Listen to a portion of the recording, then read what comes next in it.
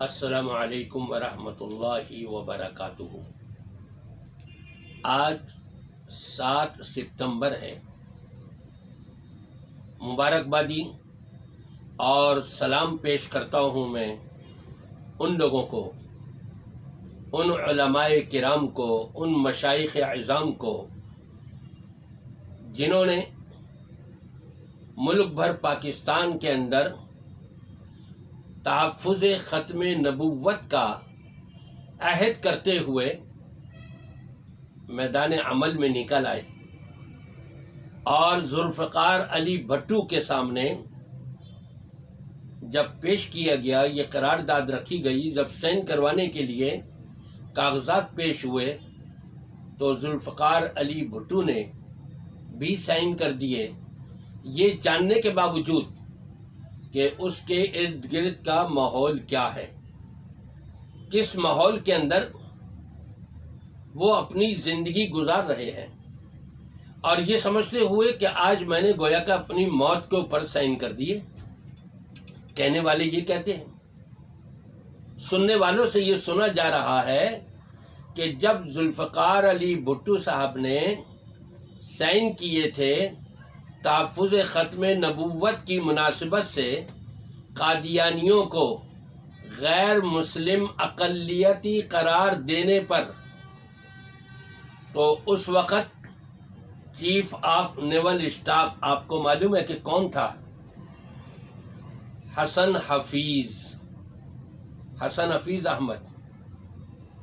اور کیا آپ کو یہ پتہ ہے وہ کون تھا؟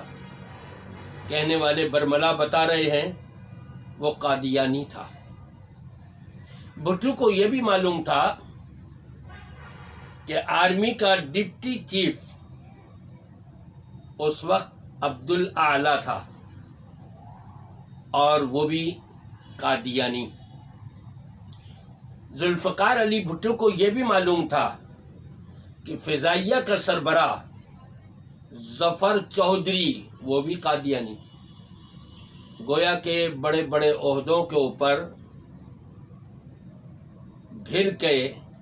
جو قادیانی تھے، اور پھر ذوالفقار علی بھٹو نے تحفظ ختم نبوت کے لیے قادیانیوں کو غیر مسلم اقلیت قرار دیا اور سائن کیے، وہ بھی مبارکبادی کا مستحق ہوں۔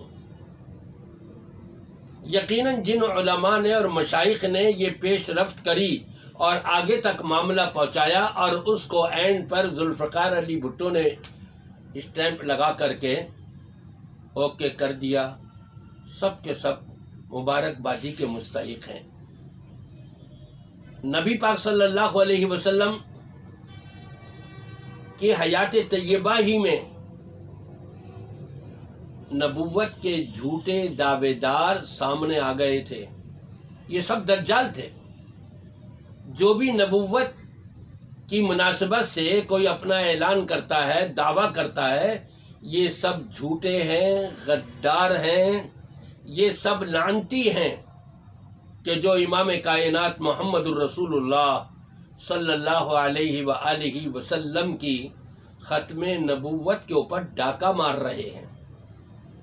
یقیناً یہ بہت بڑے مجرم ہیں اللہ کی بارگاہ کے۔ اور اسی طرح مرزا قادیانی نے جو دعویٰ کیا، یہ بھی لعنت کا مستحق کہ یہ نبی پاک صلی اللہ علیہ وسلم، آپ نے فرمایا کہ لا نبی بعدی، میرے بعد کوئی نبی ہے ہی نہیں، لیکن یہ جھوٹے دعوے دار نبوت کے اس وقت سے چلے آ رہے ہیں، سب کے سب دجال ہیں، سب کے سب کذاب ہیں، سب کے سب جہنمی ہیں، کہ جنہوں نے یہ دعوے کیے اور اسی حالت کے اندر اس دنیا سے چلے گئے، سب کے سب یقیناً یہ پکے جہنمی ہیں۔ آج کا مسلمان یہ عہد کیے ہوئے ہے، اس کی اپنی جان سے متعلق، اپنے نفس سے متعلق کتنی ہی آنچ کیوں نہ آ جائے،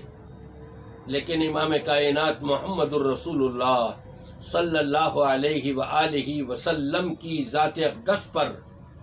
ذرہ برابر بھی اگر آنچ آئی تو آج کا مسلمان اپنی جان تک قربان کرنے کے لیے تیار ہوتا ہے۔ یقیناً ایسے لوگ کامیاب بھی ہیں اور مبارکبادی کے مستحق بھی ہیں،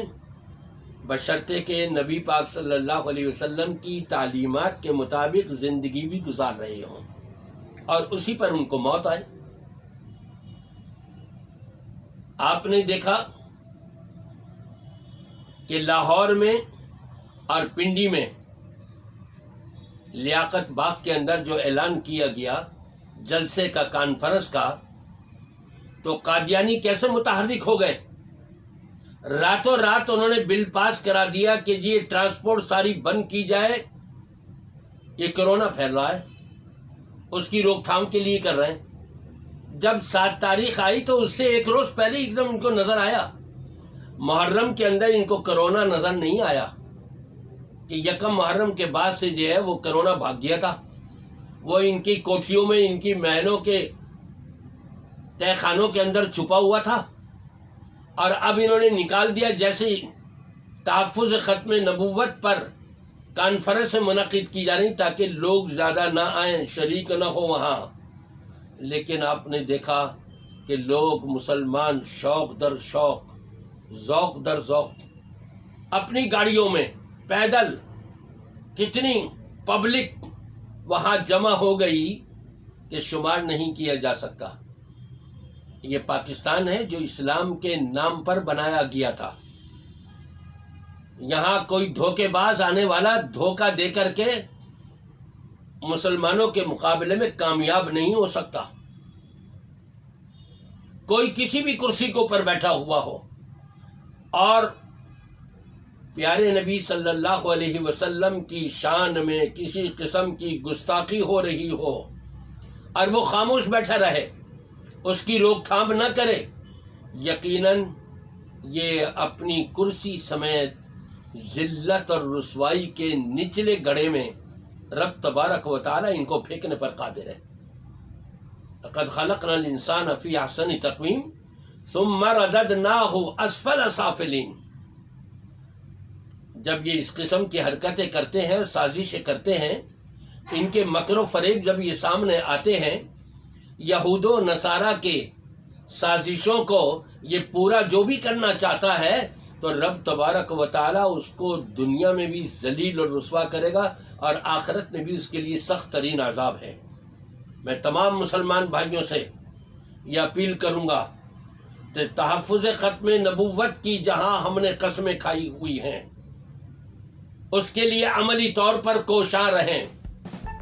کوئی ڈاکو آ جائے ہمارے نبی کی نبوت پر ڈاکہ مارنے کے لیے، اس کا خاتمہ ہی خاتمہ کرنا ہے، اور جو اس کی حمایت کر رہا ہو اس کا بھی خاتمہ کرنا ہے انشاءاللہ تعالی۔ اس پیغام کو آپ آگے پہنچائیے تو صحیح، اور دیکھیں پھر آپ رب تبارک و تعالی کے ہاں کتنا اجر و ثواب پاتے ہیں، کیونکہ اپنے نبی صلی اللہ علیہ وسلم کے تحفظ ختم نبوت کے لیے آپ کی ایک کوشش ہوگی۔ اللہ تبارک و تعالی قبول فرمائے۔